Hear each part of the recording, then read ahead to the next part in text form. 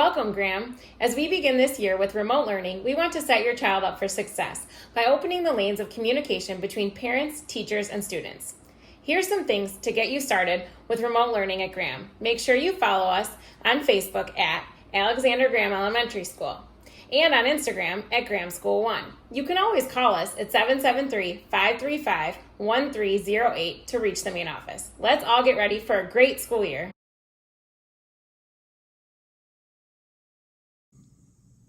While remote learning, email will be the primary way to communicate with teachers. You can find your child's teacher's email address at www.grahames.org under the Contact, then Faculty and Staff tab. Parents, make sure that we have your correct email address on file. If we've emailed you in the past, you're good to go. If your email is not on file or you have a new email address, please contact Mr. Moore at vpmoore@cps.edu. If you do not have an email address, you can use your student's email address to communicate with teachers. We do recommend that parents sign up for a personal email address if they don't have one already. It's free and it makes communicating with teachers so convenient. Please check your email and your student's email daily and feel free to reach out to your teachers when you need more information. Later in this video, we'll explain how to access student email accounts. Students, before the year begins, clean up your email account. You don't need emails from last year on your account, and it will make it harder to find this year's messages. Open your account, click the box, then click the garbage can. Students learn best when they have a designated space to learn. We understand that can be challenging when we are learning at home, but here are some creative and inexpensive ways to set up a learning space for each child. Students who work in their bed might have a tendency to fall asleep or stop paying attention, so whatever you can do to make a learning space where they can focus is best. When students are on their Chromebooks completing independent work, face the computer screen towards you so you can see what they are doing. Working on a computer has its distractions, so being able to glance at your child's screen from time to time will ensure that they are doing their assigned work and not going on other websites.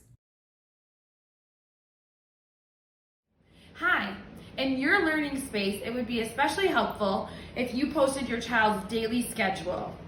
You can do that with a whiteboard or a calendar planner. It would be especially helpful if you had multiple children. In your learning space, it would be helpful if you can keep track of assignments for your student. You can do that with a paper to-do list, maybe have some Post-its readily available, or even some of our older kids, and depending on your student's abilities, might use a to-do list within their own Google Classroom. But it'll be exciting to cross off assignments when you get them done. Students will be attending class using Google Meets. You can find the link for your class in the title bar of your Google Classroom. Each teacher has their own link, and the link will never change. You will use the same link each day for that teacher. Simply click the link at the assigned time, click Join Now, and students will join their classmates and their teacher. Please locate the link a few minutes before the assigned time so you are on time to each class. Teachers will discuss their expectations for student behavior when they are in Google Meets. These expectations may include pick a quiet spot at home, turn off other devices, wear proper attire, be prepared, be on time, mute yourself, do your best to learn, and be respectful. The most important thing is that your child is active in their learning by attending the Google Meets, communicating with their teachers, and completing assignments, no matter what their learning space may look like. Parents, please do your best to set your child up for success and know that we appreciate you and your efforts, and Graham is here for you if you need additional assistance. If you haven't already picked up your Chromebook, packets, and books from Graham, please contact the school to set up a time to pick up these items. CPS is providing high-speed internet to families who need it. Please visit cps.edu and search Chicago Connected for more information.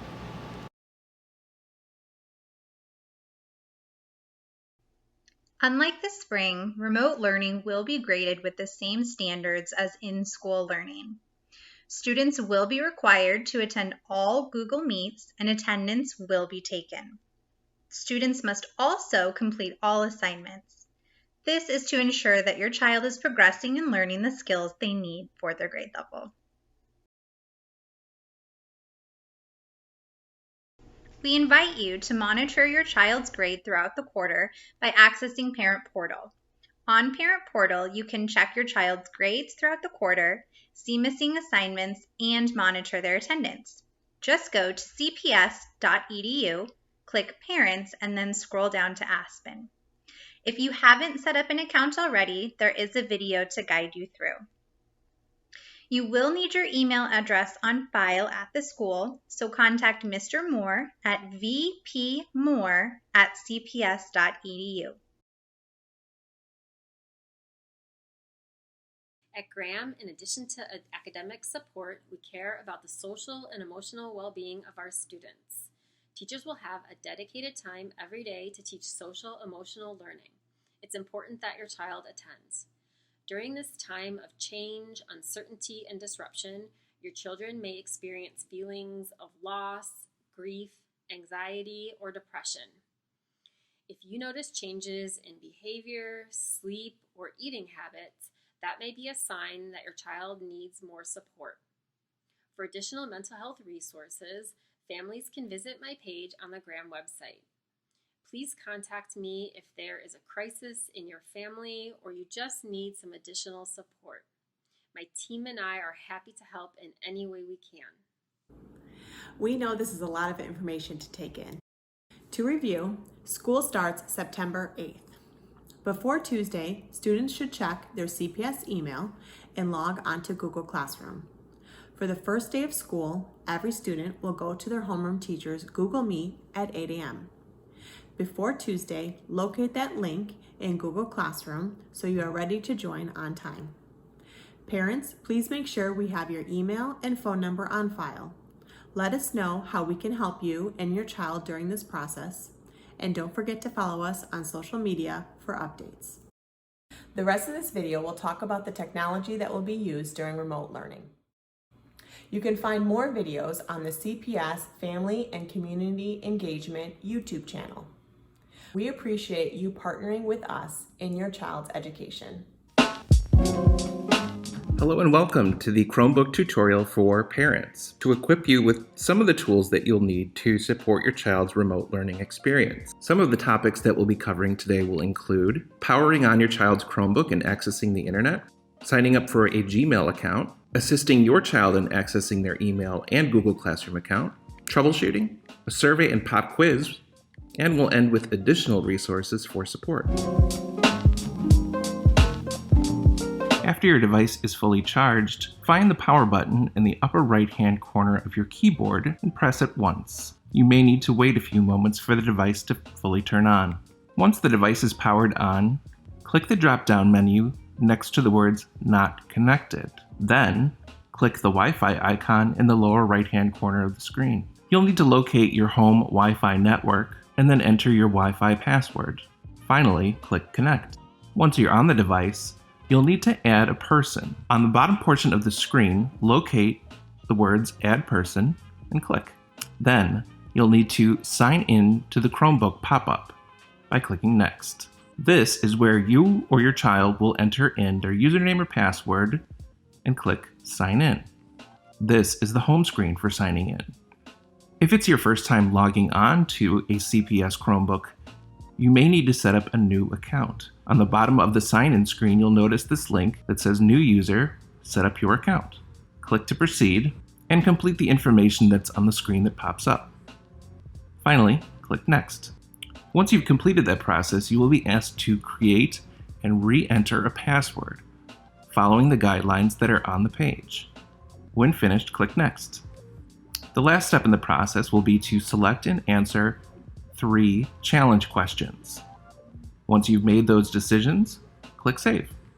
This page just gives a brief overview of some aspects of the device's operation, including where applications are launched from, how to search for applications, and how to get onto the internet. Signing up for a new email account is easy, and it's a great way to keep in touch with your child's teachers. To sign up, go to accounts.google.com/signup and enter the requested information. To compose and send an email, click on the Compose button in the upper left-hand corner. Here you'll see the Compose window, where you'll enter who the email is to, the subject, and the body of the email. Before sending the email, you will need to choose from a list of contacts. Your child's teacher will have a Google CPS Gmail account as well. Once you have your to and your subject, you can enter in the body of your email and then hit send. During remote learning, Google Classroom will be one of the primary ways that your child's teacher uses to communicate. Google Classroom is also used to share materials and resources, distribute assignments, and to provide feedback on those assignments. Google Classroom can be accessed from a number of devices, including Chromebooks, laptops, desktop computers, smartphones, tablets, and even gaming devices. When your child first goes on to Google Classroom, he or she will access the site by going to google.cps.edu. If for any reason your child does not know his or her username and password, you can always contact the child's teacher. It's important to note that when your child signs on, he or she will do so without adding @cps.edu. If you're the parent of a younger student, note that they will not need to answer the 3 security questions.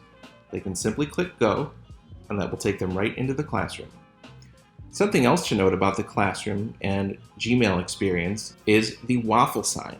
The waffle, or array of 9 dots that can typically be found in the upper right-hand corner of the screen, will allow you to navigate between different Google apps, including Drive, Gmail, and Classroom. Once you're inside of the classroom, click on a class to see what's going on.